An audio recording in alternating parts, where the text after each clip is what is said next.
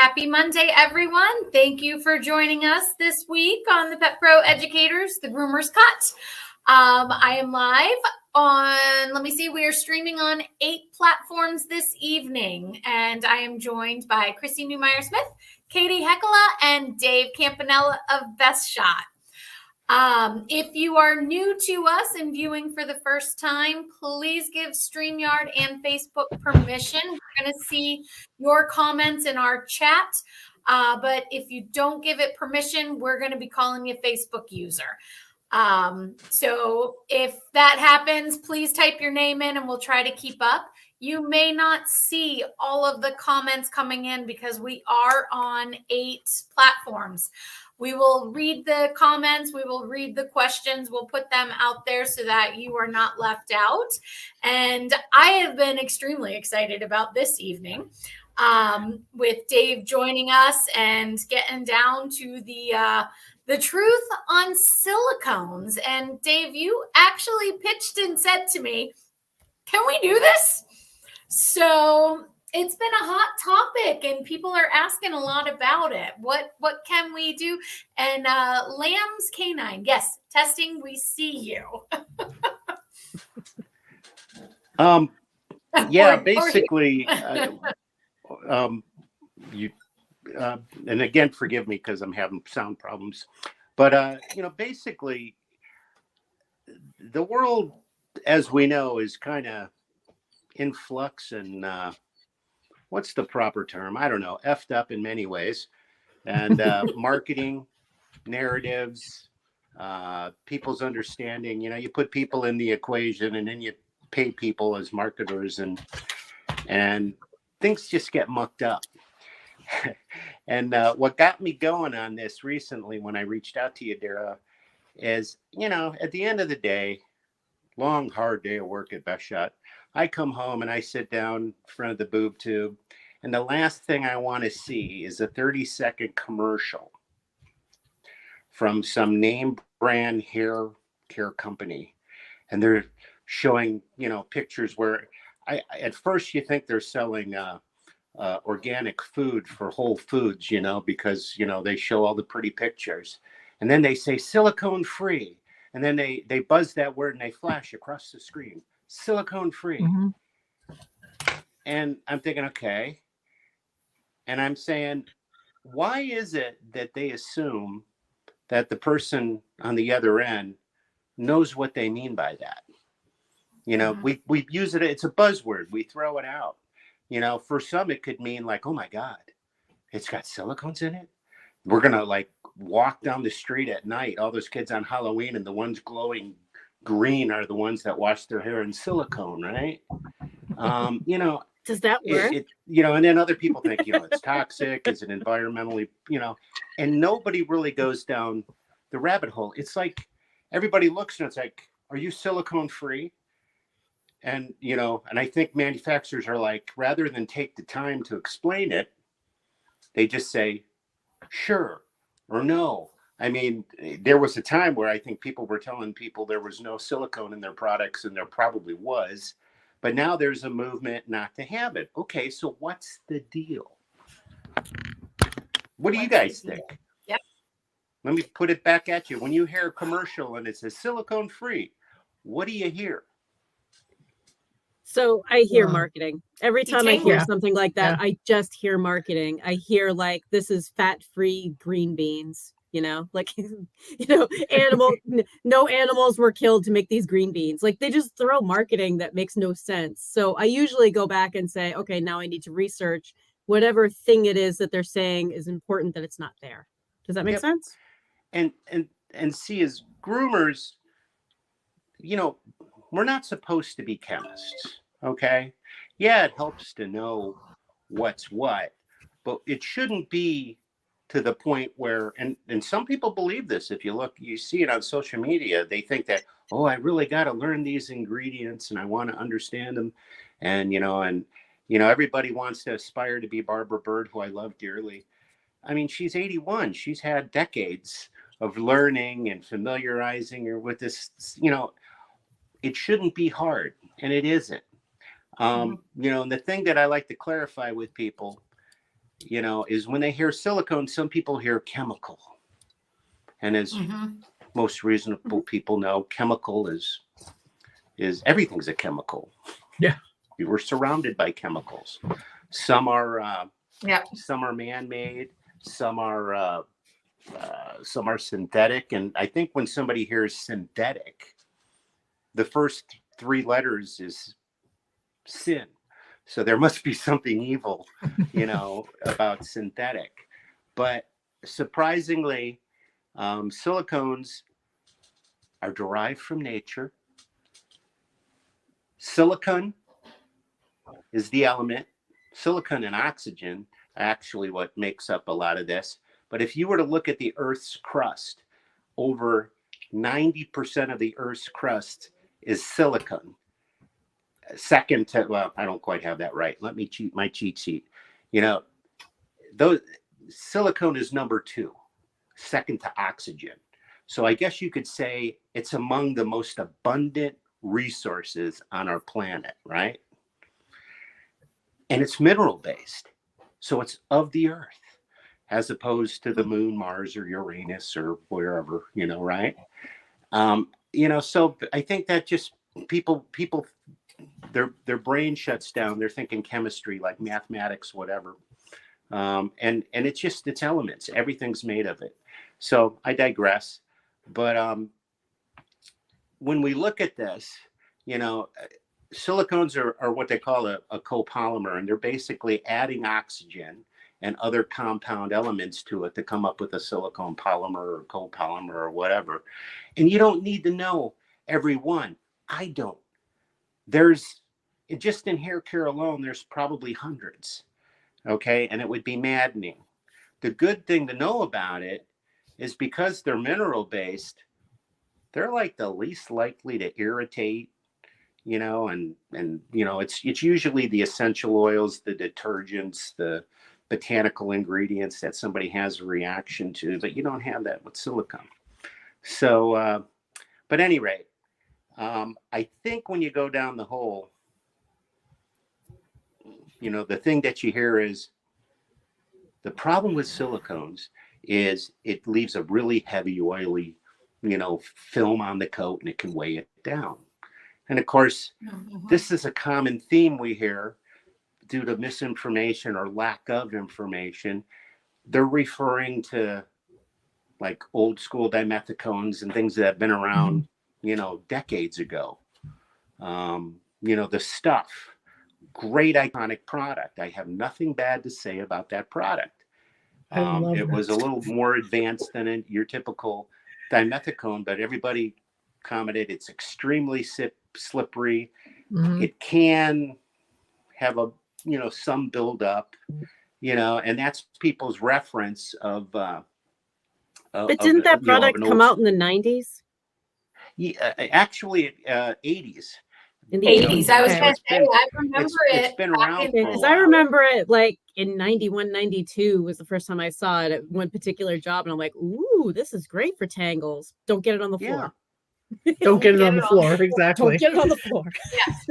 Yeah, and the problem back then was that it was like, ooh, magic. You know, I don't know what it is, but it works. Or you know, they would use it a certain way. People who used it probably didn't explore all that they could have done with it.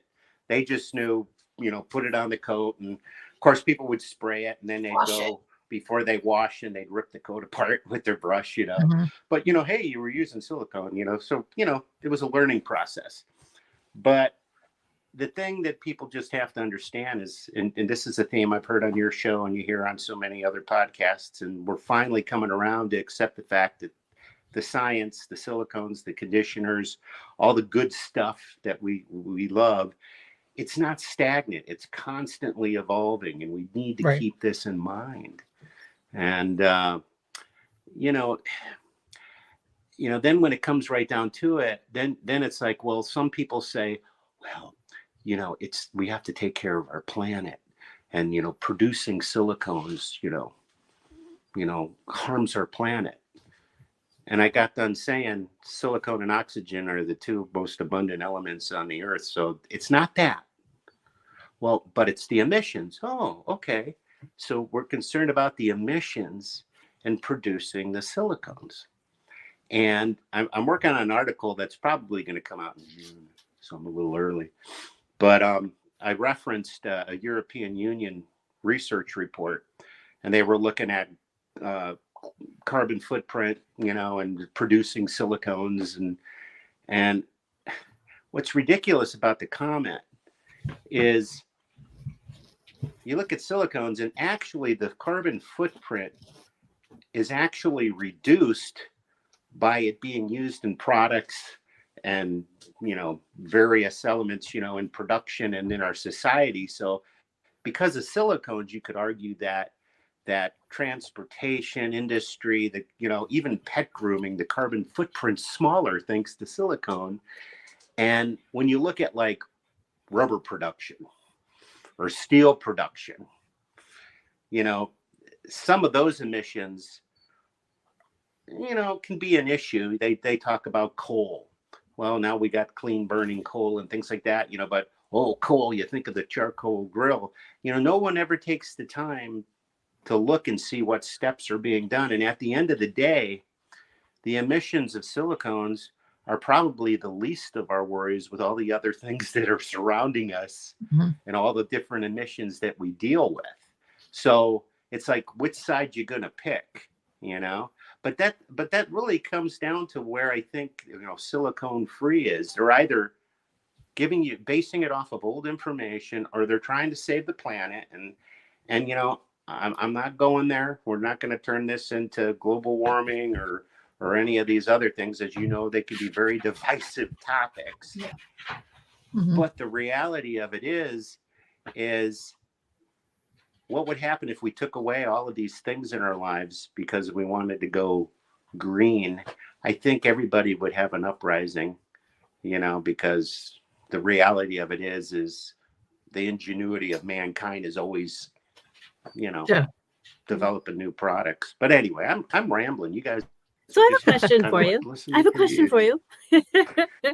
So my question is for any listeners who are wondering, what is the purpose of the silicone when it's in our products? Like what specifically does it do, and why is it a good choice? Yeah, and this is the easiest way to explain it.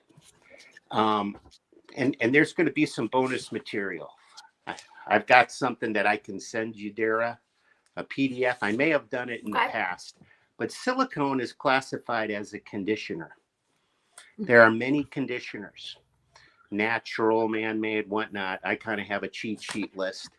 You have your quaternary ammonium salts, which are basically your common citramonium chloride. You may see, let me see here, sterylconium chloride. Those are examples of, some conditioners. You really don't see as many of those, but the fatty alcohols is the second category of conditioners. And I'm not talking drinking alcohol. These fatty alcohols have like 10 carbon unit, 10 or more carbon molecules in them. But that's your cetearyl alcohol, the cetearyl, lauryl alcohol, glycol distrate, different things like that. Those are your fatty alcohols. And then you have your silicones, and you have your conditioning polymers, and you have your silicone polymers. And there's can I say shitload? Yes. There's a shitload of conditioners out there that are silicones. And the purpose is they're either being used as a carrier. Think of a carrier oil, for essential oils. They can be a great carrier. They're great for deposition. They're not just about slip and all of that. Okay. They do so much, but what's great about them is they can fill in damage. The deposition, and when I say deposition, I'm talking about depositing evenly across the entire coat or the skin, whatever surface you're working on. And it's really amazing how they can program these things. And it turns out the EU used to really be poo-poo on, we want the dog's coats to look natural, and we don't want to use any silicones, but people would use essential oils and different things. And it was like, And then they started pushing back saying, these silicones do a really good job distributing essential oils and all these other goodies, so they're starting to become more accepting because more information's coming out and, nobody's glowing and falling over dead. I always love when they compare hair care silicone to breast implant silicone. And I always tell people, if you had mayonnaise or ketchup or mustard and you inject it in your veins, it's going to be just as toxic and carcinogenic as something else leaking into your system. But this is the world we live in, Yeah. But please, I'm going to kind of turn it over to you guys for more questions. I hope I answered that. Yeah, that was a good answer. Yeah. So when you say that it fills in like stuff on the surface of the hair, can you just explain that a little bit more for me?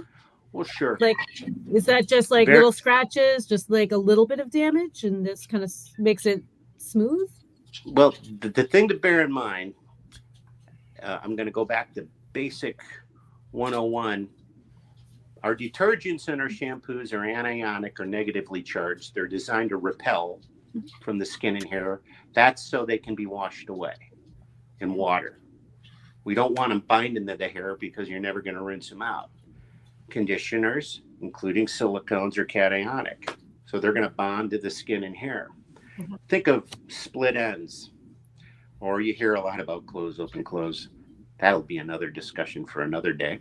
But shampoo, condition, shampoo, condition. But when you got the damage, what it is the conditioners can actually keep the cuticles smooth and closed for a longer period of time for manageability. They'll help smooth over the frayed ends. When you have a rough, open, lifted cuticles and damaged hair, broken, you get that dull finish from far away. And what these do is they smooth over and they bond and they make everything lie flat. And they can fill in some areas to prevent further unraveling and further damage from occurring. And we don't see this with our eyes. We just see the shine and the way it feels. But if you were to deep dive it with electron microscopy, you can really see the difference. And there's a few images on the Best Shot website. And I know Christine Pearson and a couple other people have gotten some recent really cool imagery they've been sharing, which really kind of tells the story. Does that help? Yeah. Okay. Oh, yeah. Yeah. I'm just trying to ask questions that I know I've asked in the past. I'm sorry? I'm just trying to ask questions that I know I've asked in the past, even if I understand it pretty well now, but... Well, and we have to keep asking because we're just like our dog, the dog sees a squirrel and it's like, squirrel, forgets about everything. And we get all these different messages thrown at us. And, and then things get trendy. And then, of course, you go online. And what do people do? Hey, guys, I need your help. Mistake. And they get 40 different, opinions and misinformation. Yeah. Well, they get responses, but none of those responses asked any questions. Yeah, exactly. I just find that really interesting. I'm like, I didn't feel like there was enough information to answer that. When I go on there, if I did what everybody did, I wouldn't be on your podcast because I'd be the guy saying, hey, I have this dog and it's a curly coated retriever. And I'd say Best Shot Pet Products, Ultramax. Use that as the best, and that's what people do. And it's just insane. And nobody asks why, but, and while I'm on a typical Dave crazy man rant, I'm hoping that other manufacturers, maybe they've got a life. Maybe I'm too involved in this. I don't know. But, I hope they get out there and check out the education, the different blogs like you're doing and all the different forums and contribute, I would love to see more manufacturers at least attempt. It can be frustrating, and you're dealing with people and of course, nobody understands reason and how to debate and how to form an opinion and all these little things that, I think there's more of it than we think. Just that there are a lot of people out there who are just happy to type in whatever answer. They're like, but I think there are a lot of people asking really good questions. Yeah. Yeah.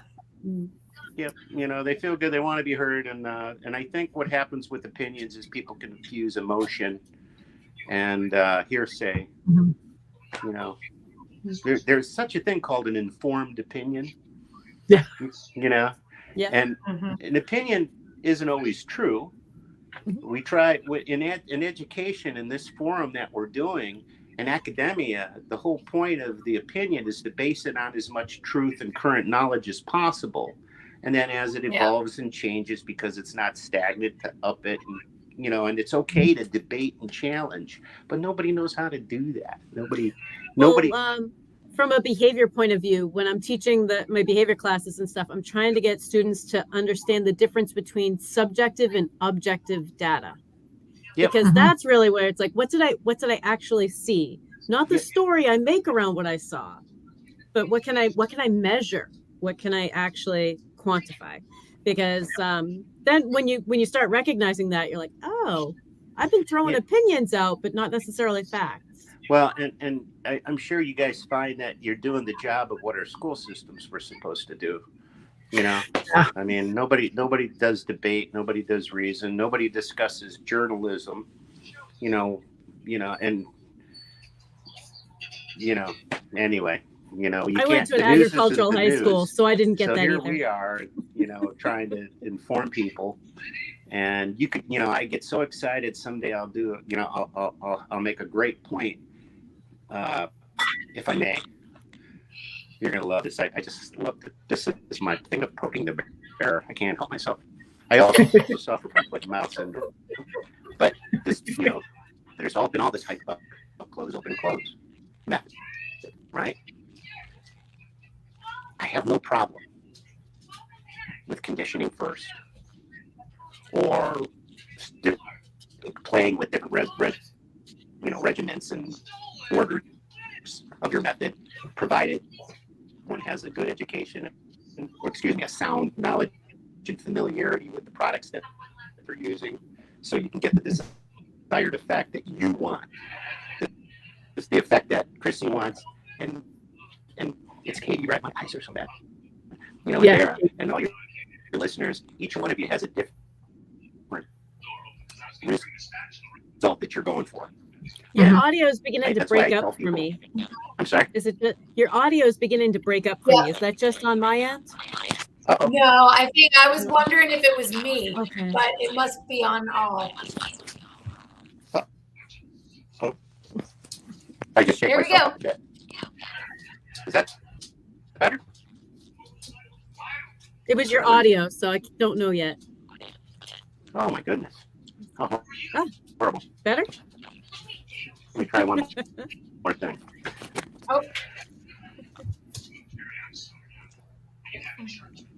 Which, okay, so Yeah. I was like, Yeah. no, Okay, it was. So I was like, usually I don't get that. So I'm like, Yeah, and my internet's been There we go. wonky, I don't know so if that helped. I think so. You were sounding like a robot, so I think Yeah, you're you sounding were. better now. Yeah, an issue. Try one more time. technical problems.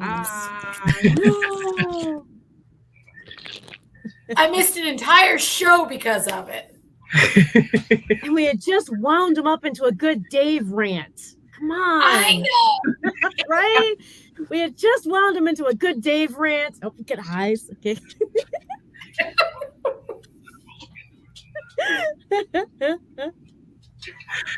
Natalie says it sounds like TV someone's on on. TV. TV's on. Oh, okay. Somebody's. Yeah, not on my end. That is true. I do hear the TV. Yeah. Yeah, it's probably on my end. It's probably Chris's iPad. Oh, okay. Okay, Dave, now I think you're muted, but you're on a different device, right?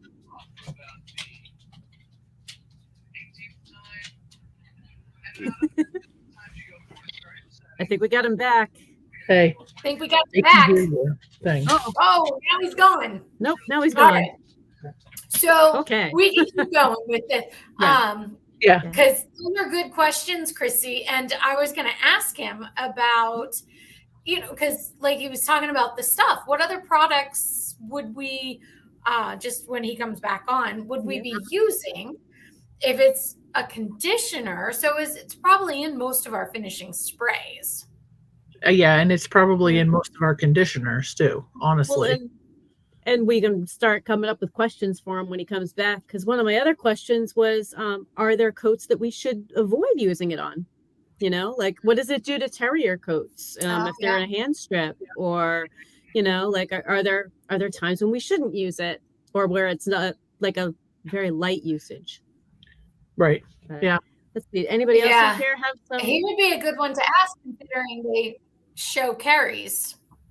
Oh, that's right. Yeah. I know. I'm freezing up now. Oh no. I think you are. Oh, let's see. So Groomer Jen has something here. What does she say? All I know is I happened upon Best Shot when a former employer purchased it on a whim. I tried it on a doodle and was so impressed with the result, I hid the bottle in my station area and used it on every doodle. Yeah.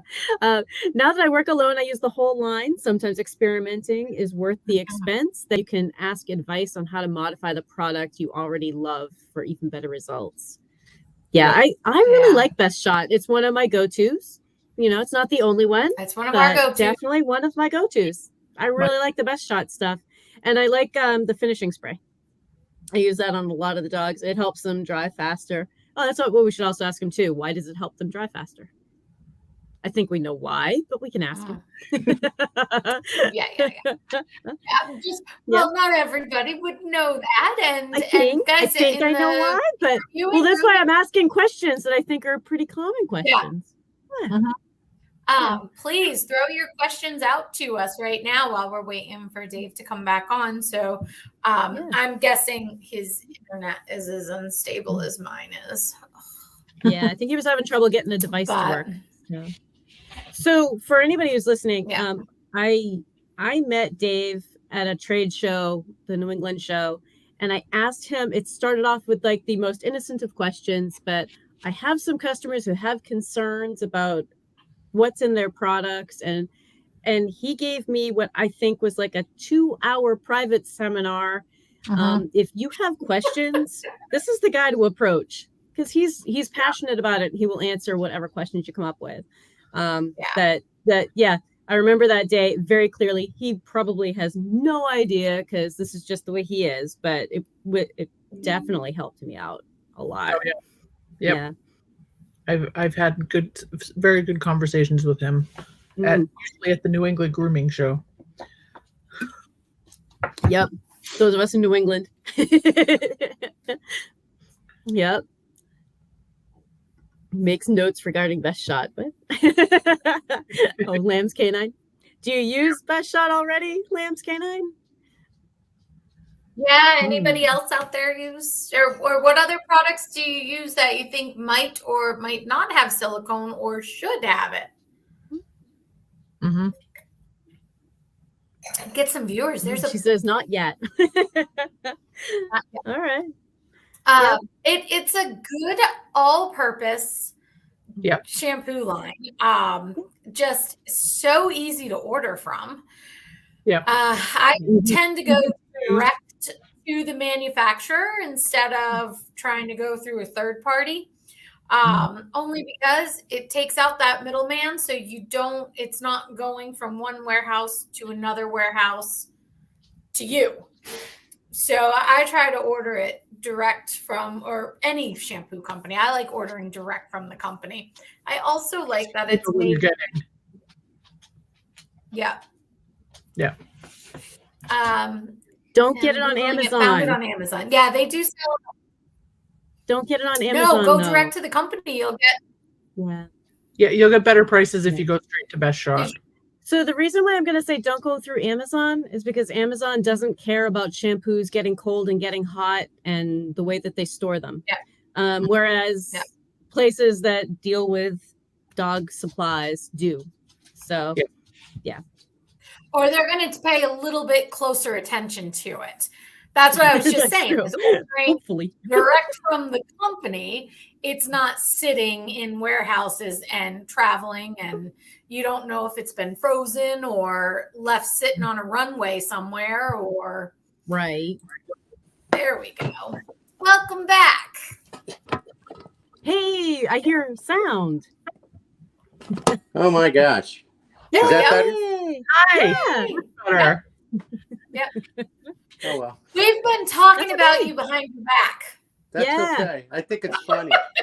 I mean, some people in my earlier days, I'd be like, oh God, that's a nightmare. What a disaster.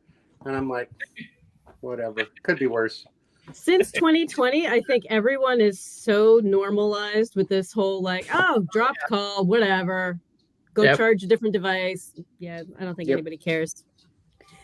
So Yeah. somebody in the comments hadn't tried Best Shot yet, so she's going to order some. It sounds like. And Well, thank you. That's not why yeah. I'm here, but thank you. I'll accept that. And we were trying to come up with more questions for you. Yes. Well, yeah. I mean, Yeah. yeah. I can talk. I can fill the whole time. Yeah. I did tell them that. Yeah. So, Dave, years and years ago, I was at the New England show and I asked you a question and you talked to me for like 2 hours and gave me my own like little seminar. And Mhm. I know you didn't know me from a hole in the wall and you probably don't remember it at all, but those are lasting impressions. I was just telling them, like, if you have a question, just contact him. He will tell you. So Exactly. Well, when I got into sales and marketing years ago, it was back in the day of, God, what was his name? Tom Hopkins was an author. He was the high pressure, directional questioning sales. You may not think you need a Cadillac, but by the time I ask you these magical questions, I'm going to corner you and press you. All it mattered was I got the sale. Okay. I wasn't that person, but I was surrounded by that type of thinking and selling. And people think you need to be sold. And that's where you get the bad, the bad image or association of being a salesman. I mean, when people think of salespeople, they think of lawyers, they think of car salesmen and vacuum cleaner salesmen, whatever. And the trick to sales is not to sell, but to just help people. Mm-hmm. When I started in sales, I knew nothing. And I did so great with the company, and we were out trying to help people. I worked for Royal Appliance Dirt Devil. And then the company grew, and they figured, let's hire a sales trainer. Mistake. Then you start institutionalizing everybody, and all of a sudden things go flat and sour. And I remember spending $1,500 of my own money for a sales training course because I was desperate, only to learn that forget everything you learned and just stop being a salesperson. And the proper way in business is there's no get rich quick scheme. That's like hitting the lottery. Everybody's trying to hit it big and they want it fast. They want it now. Yeah. That's not groom how you dogs do things. make millions. That's right. That's a And two-step process, selling right? shampoos like being a preacher. One bottle, one soul at a time. Okay, now it's coming up like me, snake I'm not oil. listen to the preacher. So We anyway, did sorry. come up with a couple of questions. Yep. Trying to remember which ones we had. I can think of a couple, but one of them was, are there any coat types where silicones might not be something that we should use? No, actually, no. The Okay. the thing is, there's nothing wrong with the old school dimethicones. Most companies aren't using them that much, or in our industry, they'll say dimethicone because they don't want to tell you on the label what silicone they're using because they're worried, about proprietary, whatever.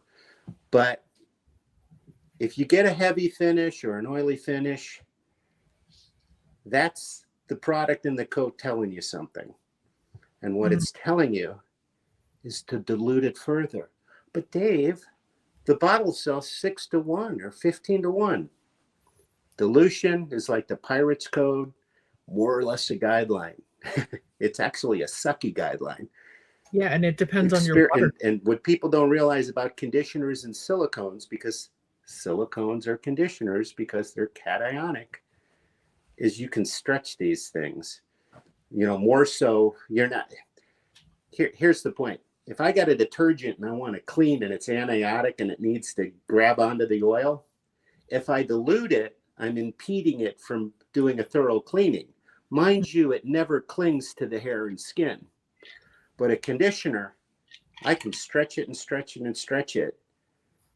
It's still going to, if you give it time, if you're using a recirc, if you have some unique way of depositing it into the coat, it's not a matter of if it's going to bond to the hair and skin.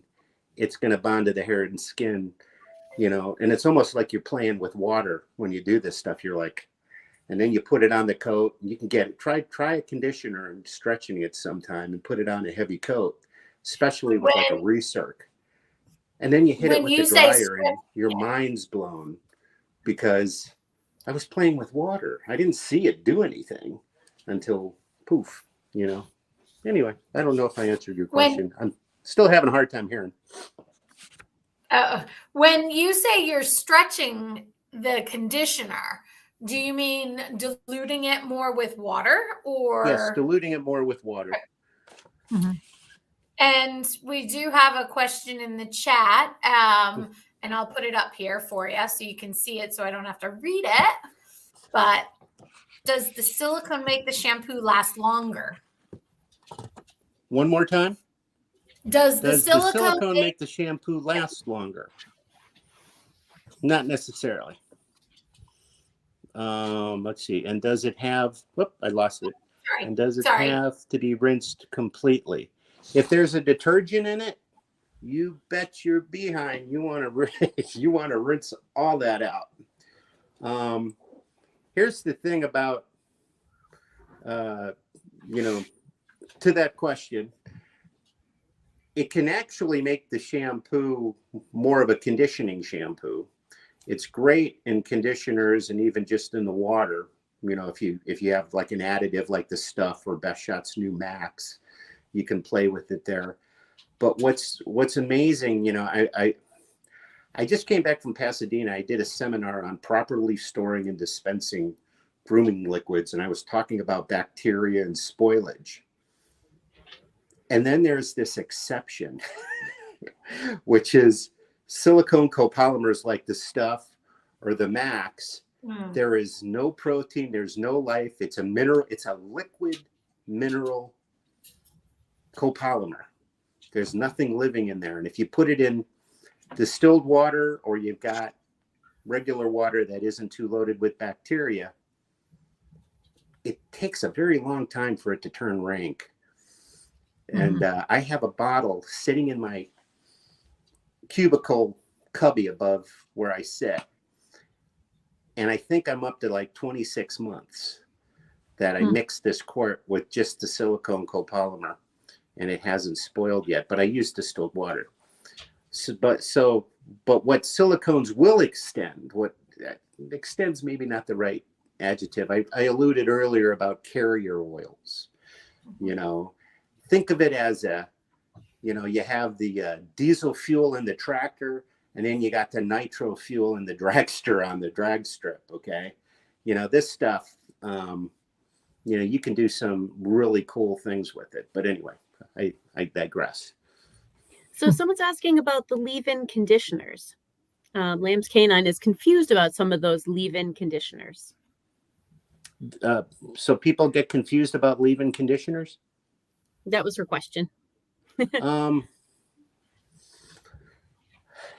Spray-in conditioners, or I'm going to back up and try to get back on track.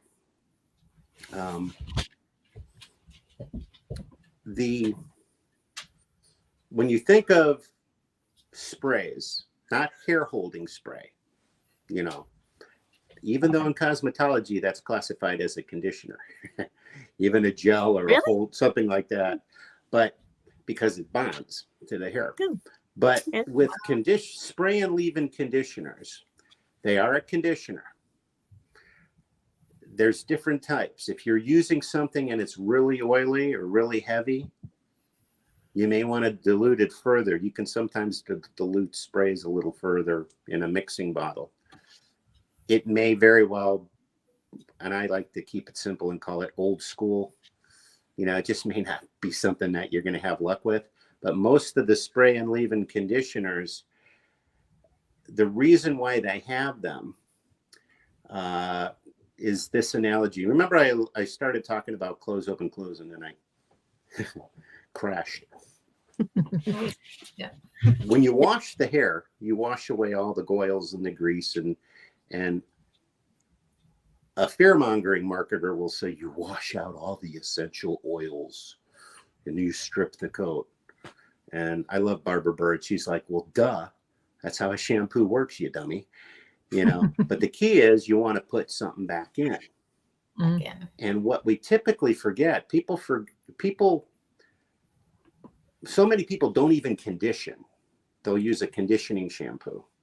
Some people stumble upon a conditioning spray and leave-in conditioner, and they're like, wow, this is really great. And then you have the rinse out conditioner. You've got 3 different areas where you can condition. How do I get on track here? The spray and leave-in conditioners you really need to use that on everybody.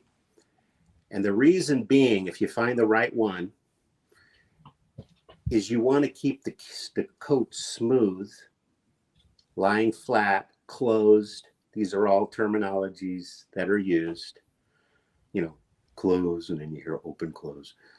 But you want to keep it closed. But what the spray and leave-in conditioner will do, it'll keep that coat closed longer. That is manageability. You know, people don't think of it in that terms, but that's manageability. When you have a double-coated dog, or, you know, or a Chrissy, was it you with the 15 coat types? Jennifer. Okay. Yeah. If she was here, I'd be like, thanks a lot, Jennifer. I just got down in my mind coming up with 7, and now there's more. I'm joking. But there's a point where you want to do a deep conditioning, where you really want to try to repair and focus. And sometimes, do you need to follow up with a finishing spray? Not necessarily, but the sprays are usually a lower pH. They're right around that sweet spot of around, gosh, I've seen them go as low as 3.5, which is, I think, a little too low. But right around, let's just say 4, give or take, pH. It's acidic. Most conditioners float around a 5. Would you guys agree with that as a loose explanation? I think so, yeah. You can disagree with me, you're allowed. Okay. No, I'm trying to remember the numbers, but I know that So the spray and leave-in conditioner is going to be superior. To make it nice and smooth. As far as keeping it closed longer. And if you think of a dog that's in really good shape that you're maintaining, you don't necessarily need to use that deep conditioner. Or it might be a breed that, if you're using a shampoo that's conditioning, you might just need to use that finishing spray, but you want to use that finishing spray. And then if you're in the show world where you're like, every breeder, I had the ability through Best Shot in its early days, we would go to dog shows and I talked to breeders, and I learned out right away that my idea of how a poodle coat should be, or this coat, I can't speak to that. But if a conditioner is worth its weight, you should be able to, just like a cooking ingredient, dial it in and dilute it. Forget about the dilution rate.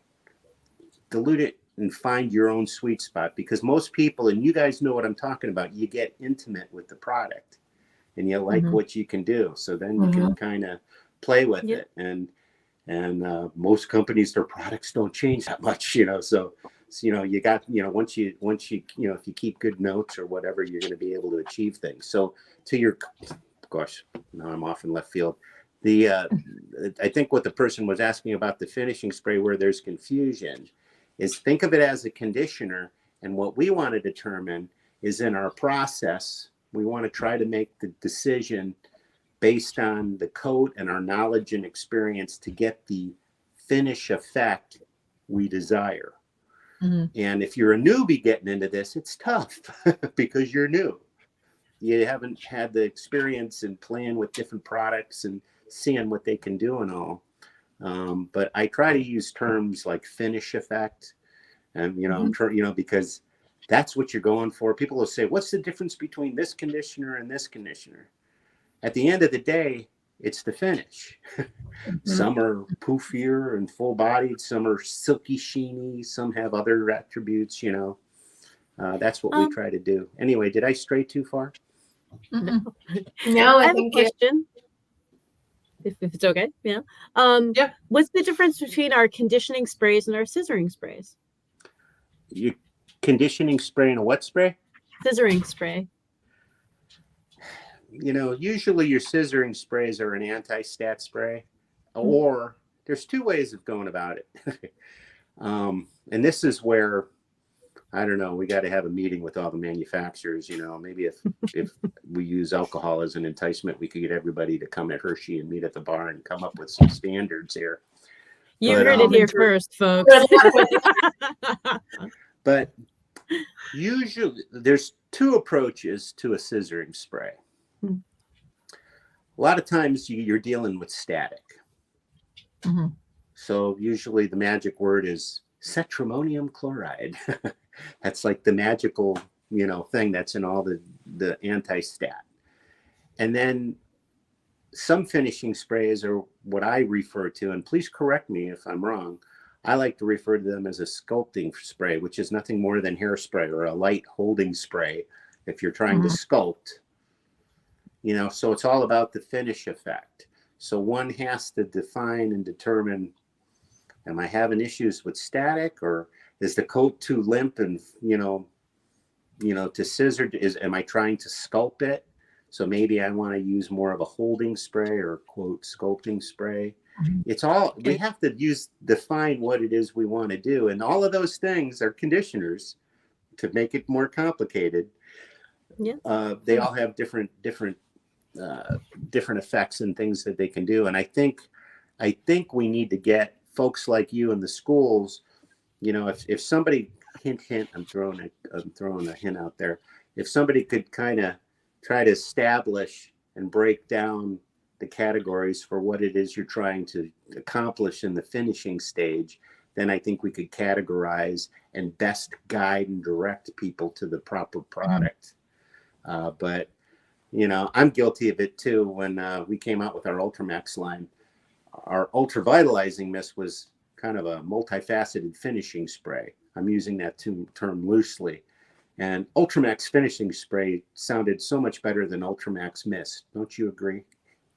So sometimes it's something as stupid as marketing. And then the next thing you know is you really have to work even harder to try to explain to somebody what that product can do, which is probably why I took 2 hours talking to you that one time. I was thrilled. So, yes. And I believe we were next, your booth was next to Linda Easton at IPG. So it ended up being this like IPG best shot afternoon. I was thrilled. Yeah. So. Yeah. Well, and sometimes too, I got to admit, if the show's a little slow, and I'm like looking at the clock and it's like, there's 2.5 more hours. And it's just like, wow, Chrissy's really into this, hey, she's listened to me for 1.5 hours. Let's see if we can go for the full 2. I'm kidding. But I do that. Are her eyes glazing over yet? Endurance crime. She hasn't slapped me and walk away yet, right? Exactly. And then sometimes when I do that, for some people, they walk in the booth and they're like, okay, I really got to go. And they'll say, I have a class starting now. And I'll look in, there's no classes going on. But it's like, hint, they need to get away from me. Groomer Jen is asking about ISCC. Yeah. I'm sorry? Yeah. Groomer Jen is mentioning ISCC, focusing on skin and coat. Yeah, absolutely. Talking about the products that we use. Yeah. Okay. Yeah. Again, I'm having a little problem with my speakers here. So, the acronym, I just want to make sure I'm hearing it correctly. ISCC. International Society of Canine Cosmetology. Cosmetology. Okay. And again, yeah. You guys are having fun. You're watching me, my eyeball looking into the phone and me trying to get her. I'm really subtling, but hey, it's fun. I'm looking like one of those idiot savants, hey, how are you? I'm good. I'm a very good driver.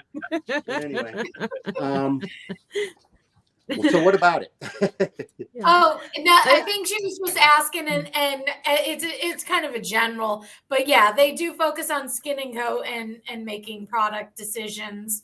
And I think the IPG is getting into it more also. So all of the organizations are really starting to get on board with proper decision making on the products that you're using. And the key is to use the proper terminology. When we were alluding before about reason, in society and culture and philosophy, and Rome was built on reason and logic. Think of Mr. Spock.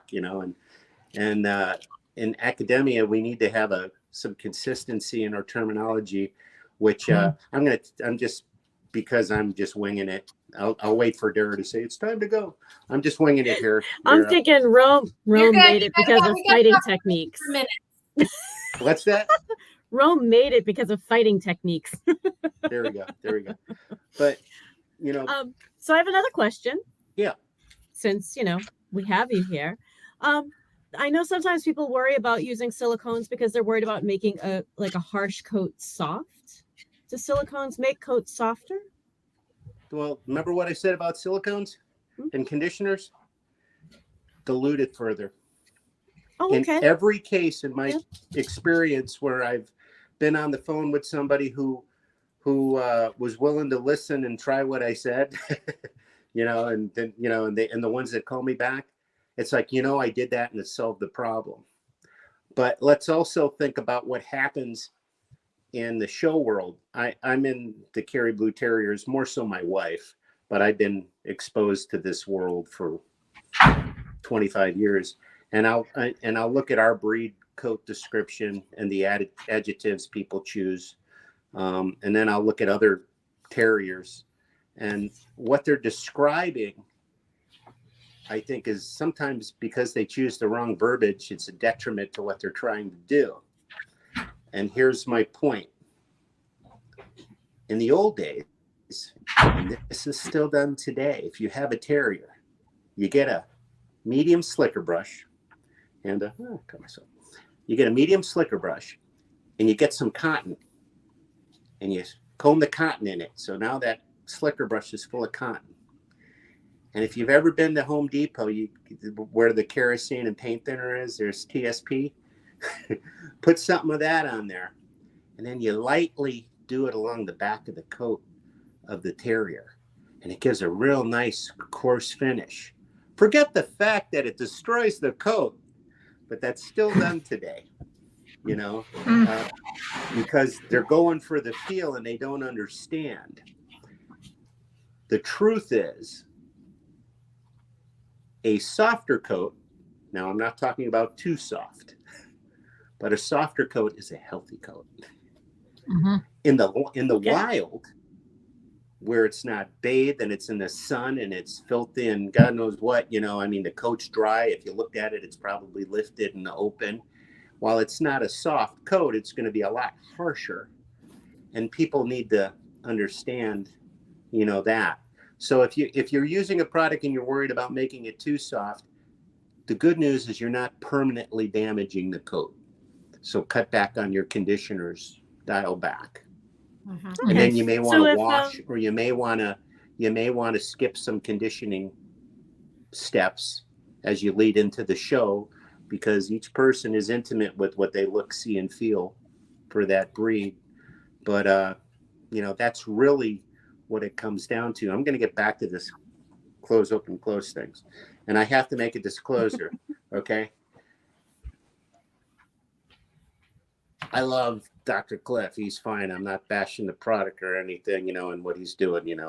As I was saying earlier, I have no problem with using a conditioner first. In cosmetology, it's referred to as co-washing when you use a conditioner only.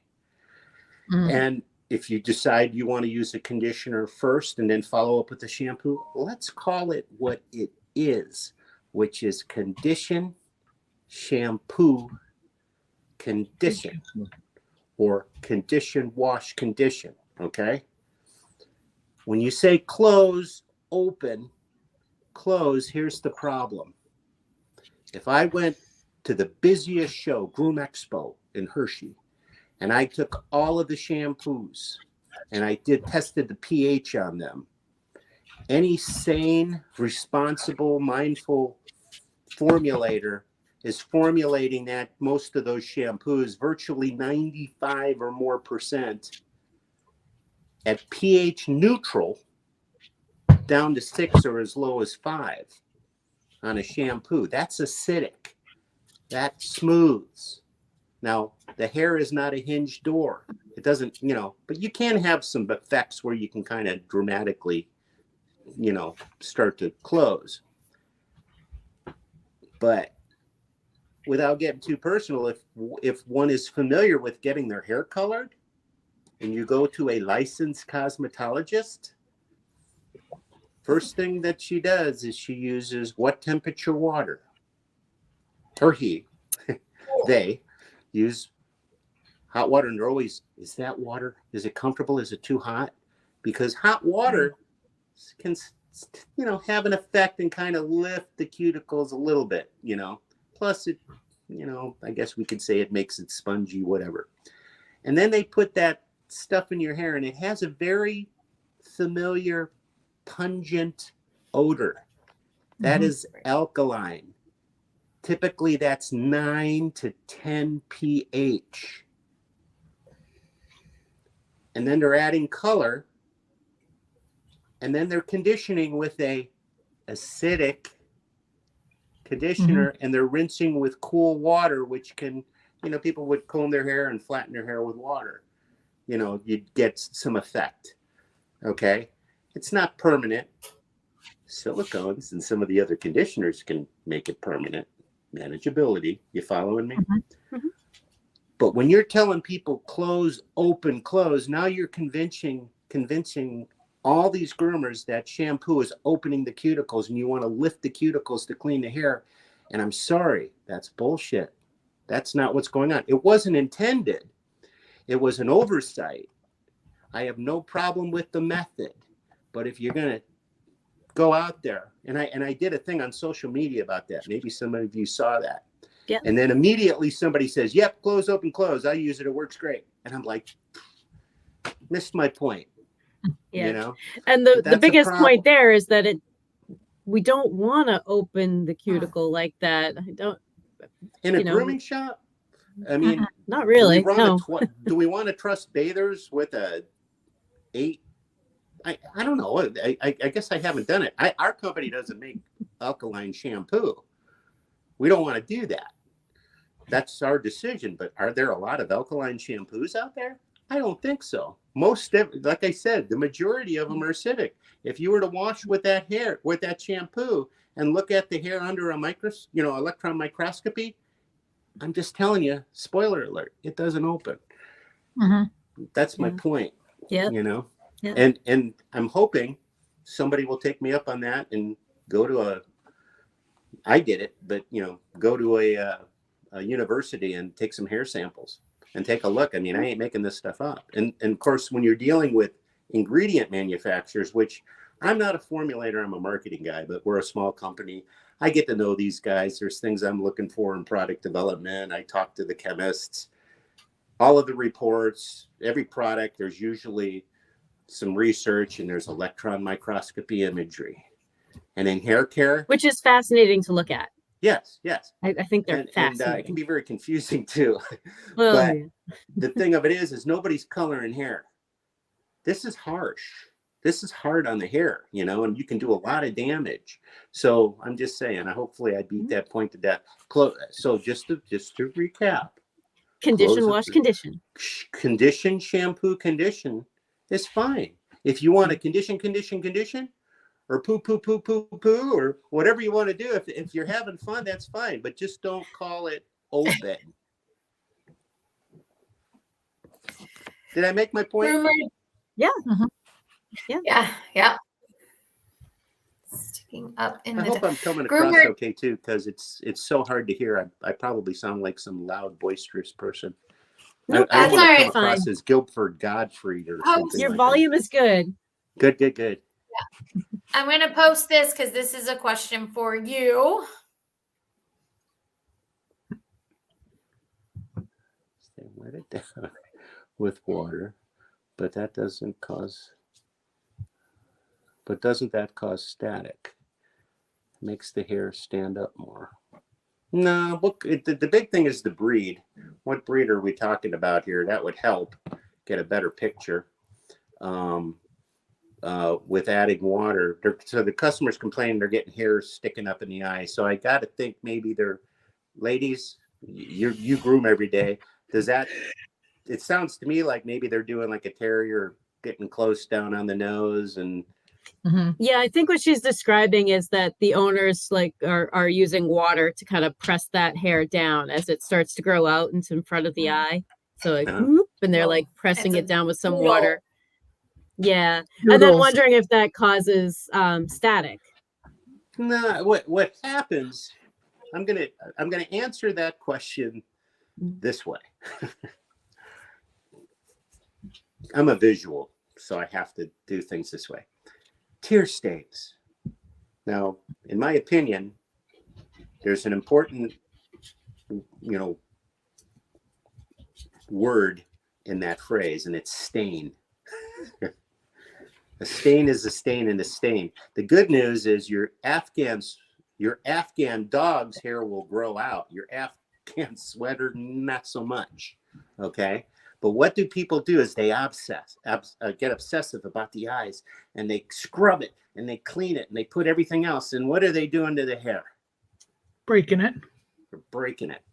Yep. And if you got dry, and it gets dry because they're using so much detergent on it. And what happens to the hair if it gets dry? It lifts.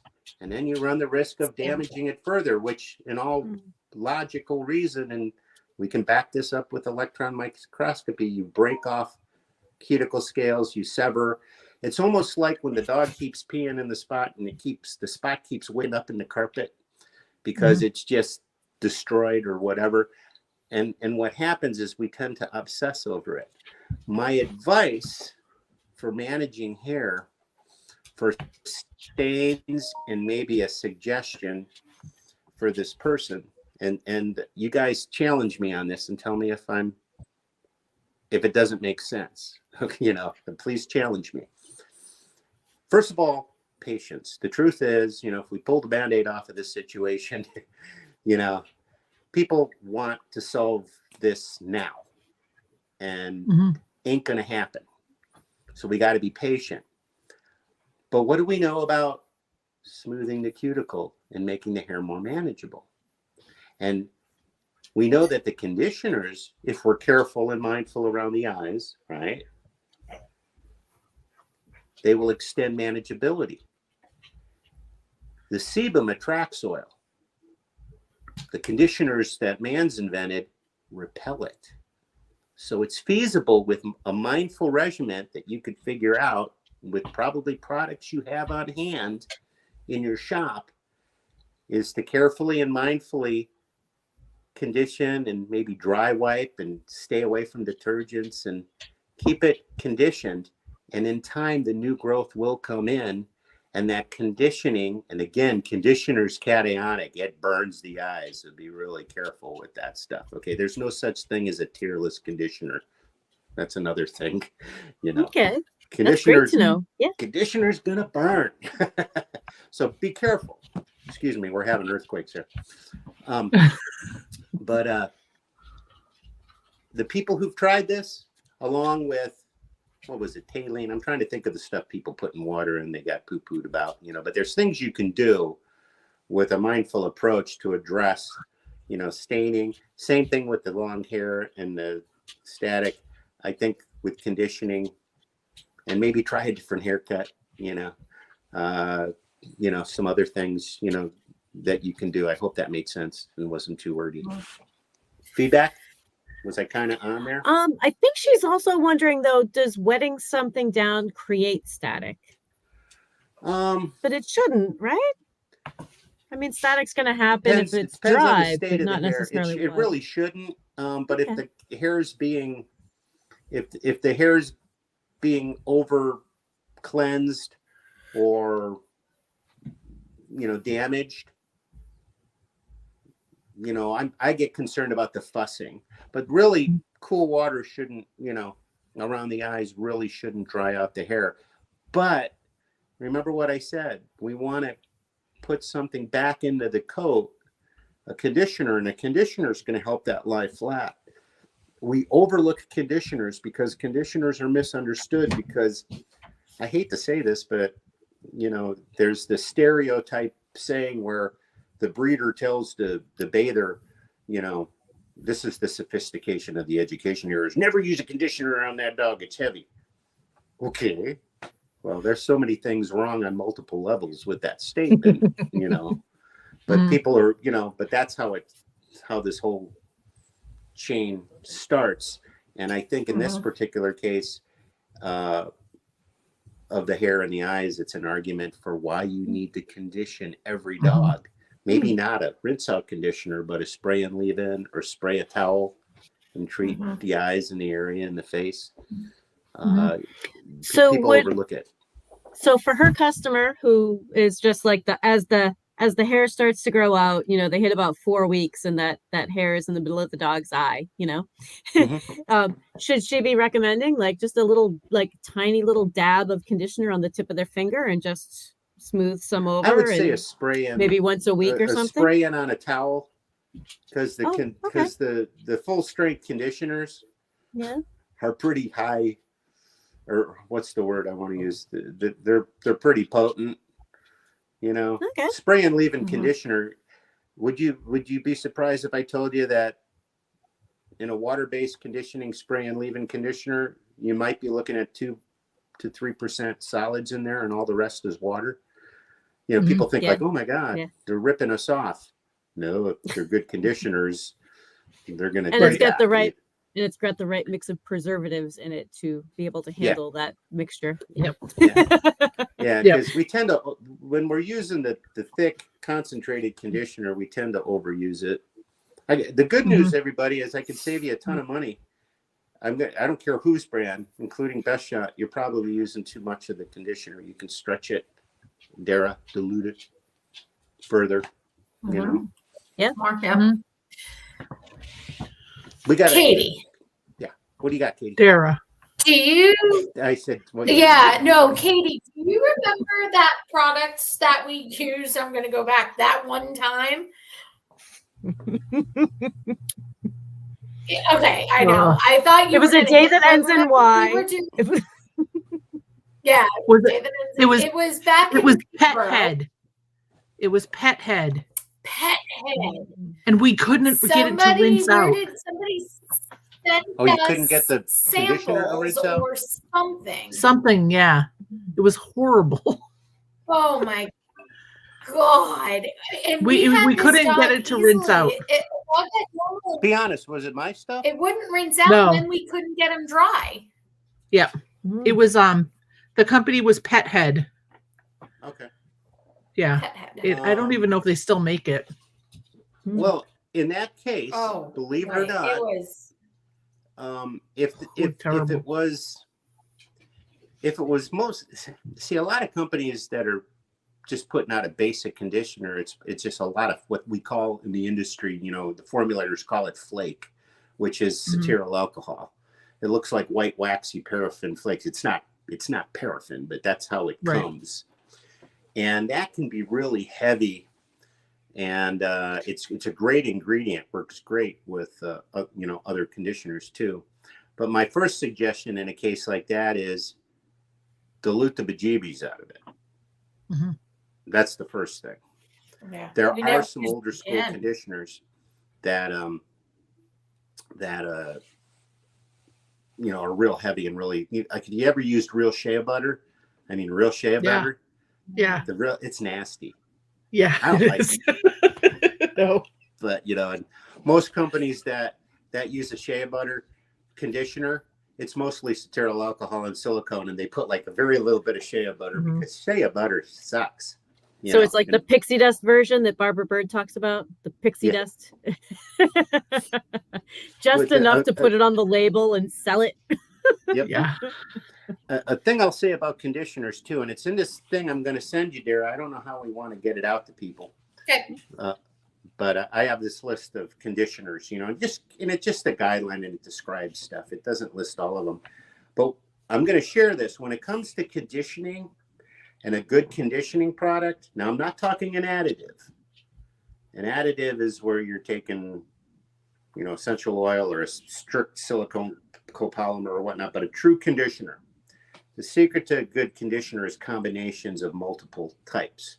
So they might be using fatty alcohols, they may be using a polymer, they may be using some, other botanical, and with that, you can usually get some really cool results.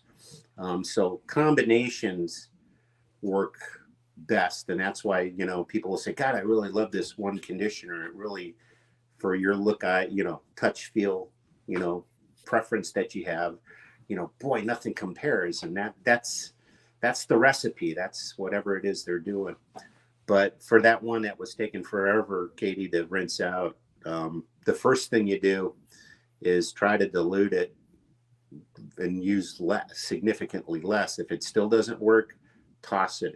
It's crappy conditioner, If there's something that's really hard to rinse out, do you just have to go back and shampoo it out and start over? Yeah. That's probably what we should have done. It is what we should have done. Yeah. Mm-hmm. Totally. That's the quickest way. Mm-hmm. Yeah. Just use something that isn't a high foam, but Mm-hmm. it'll wash out pretty easy. Mm-hmm. Oh my gosh, you could have done a condition shampoo condition method and maybe got a good result with that. I'm serious though. I mean, if you through the process, all those different methods have merit. It just, we never know. Half the time we don't know what we're using. And even if they list the ingredients on there, you don't know how much the percentages are. And I think I need to come up with, maybe I can get Barbara in on it too. We need to have a good conditioning resource. I don't think we need to know every single conditioner, but just understanding the basics. And honest to gosh, guys, I mean, I'm a marketing guy, so I see all these different things, and it's like, how do you describe and define all these products? There's so much overlap in what these things can do, which, and as I was alluding to earlier, with dilution being really the worst possible thing to market shampoos, because if I tell you that's a 50 to 1 or an 8 to 1 or a 10 to 1, somebody's going to the T, depending on what their water is they're going to use it at 10 to 1, and they're not going to be happy with the results in this part of the country versus that part of the country.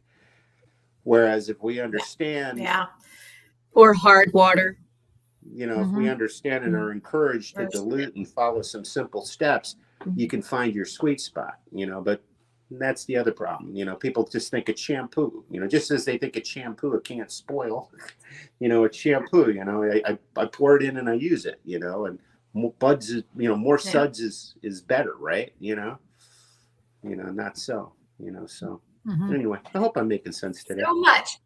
Oh, well, we're at an hour and 13 minutes now. So any stop me now. questions in our chat? I can go another hour. No, it's very interesting. Dave's getting his second wind. We talk about this a lot, and we like to talk about the product usage and the differences, because a lot has changed even in the last year. Mm-hmm. So getting the information out is important, and things change, water changes, and ask why. Businesses move, and ask why. Can I finish on a little story? I guess that means yes. Dara's watching her time. I'm sorry. I guess that means I can finish on a story. As a marketing guy, when I started working for Best Shot, we had a 3-step system that Bill Marshall, our founder, devised. And I'm like, well, what is this? And he explained what was happening. And then I started deep diving and looking at the ingredients and whatnot. It's like, well, how does it work? I'm sorry, ancient, Chinese secret, doesn't fly in our industry. I mean, you can't tell That was an somebody AIDS that. test If you're for going to anyone who use a didn't get it. product, right? You want to know how it works, especially if I'm selling to professionals. Because, so the whole concept of porosity, which is something that's taught in cosmetology, which is not taught by many schools. I know you guys, talk about porosity.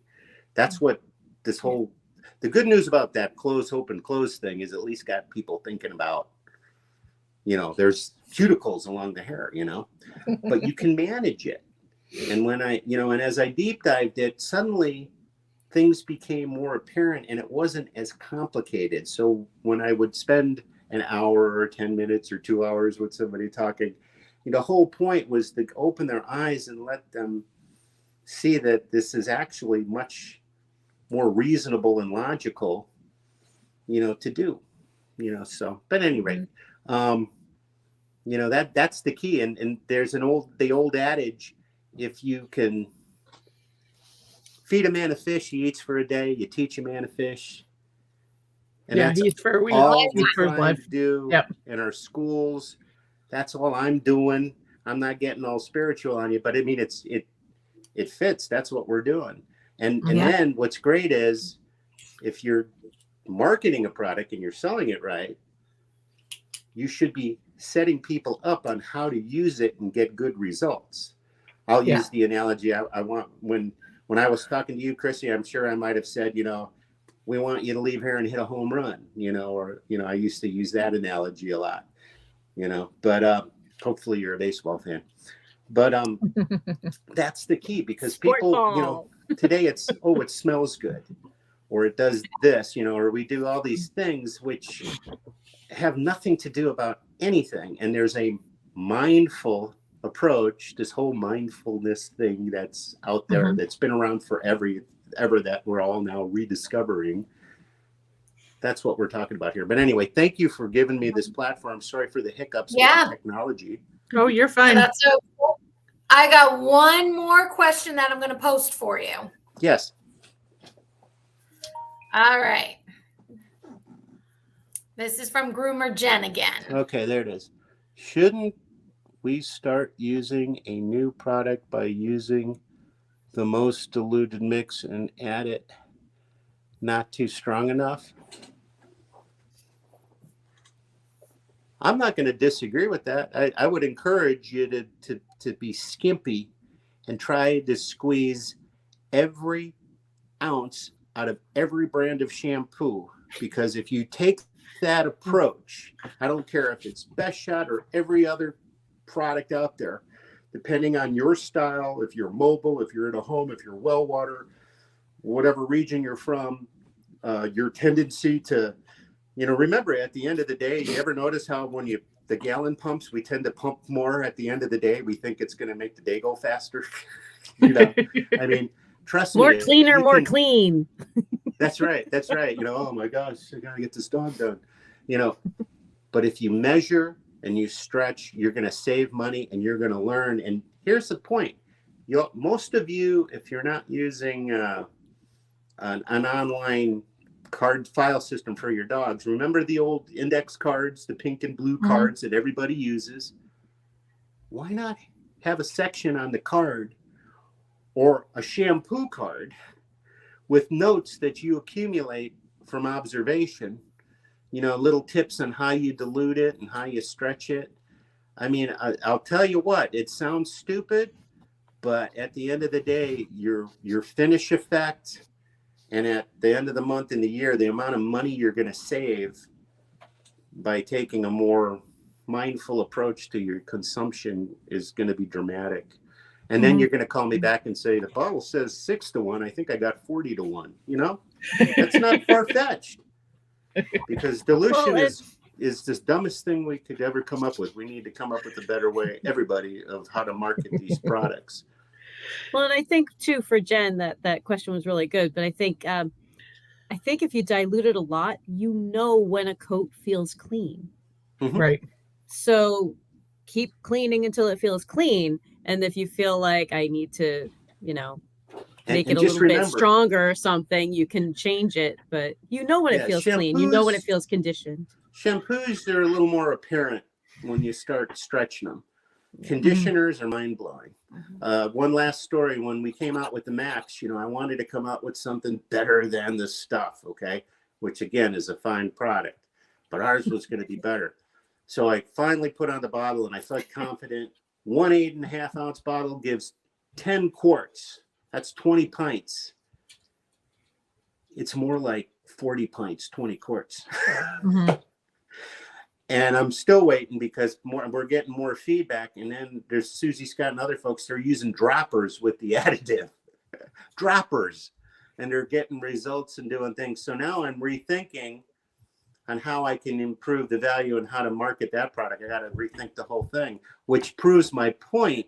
With liquid surfactants, none of these measurements that are provided are set and granted. They're merely guidelines. And I'm starting to believe that most of them they're really bad guidelines, and we're guilty of it too, I mean, we can stretch these products. And the other reason is my wife, Tracy, who's out shopping today, and she's taking care of puppies. We just had a litter of 5 Kerry Blues.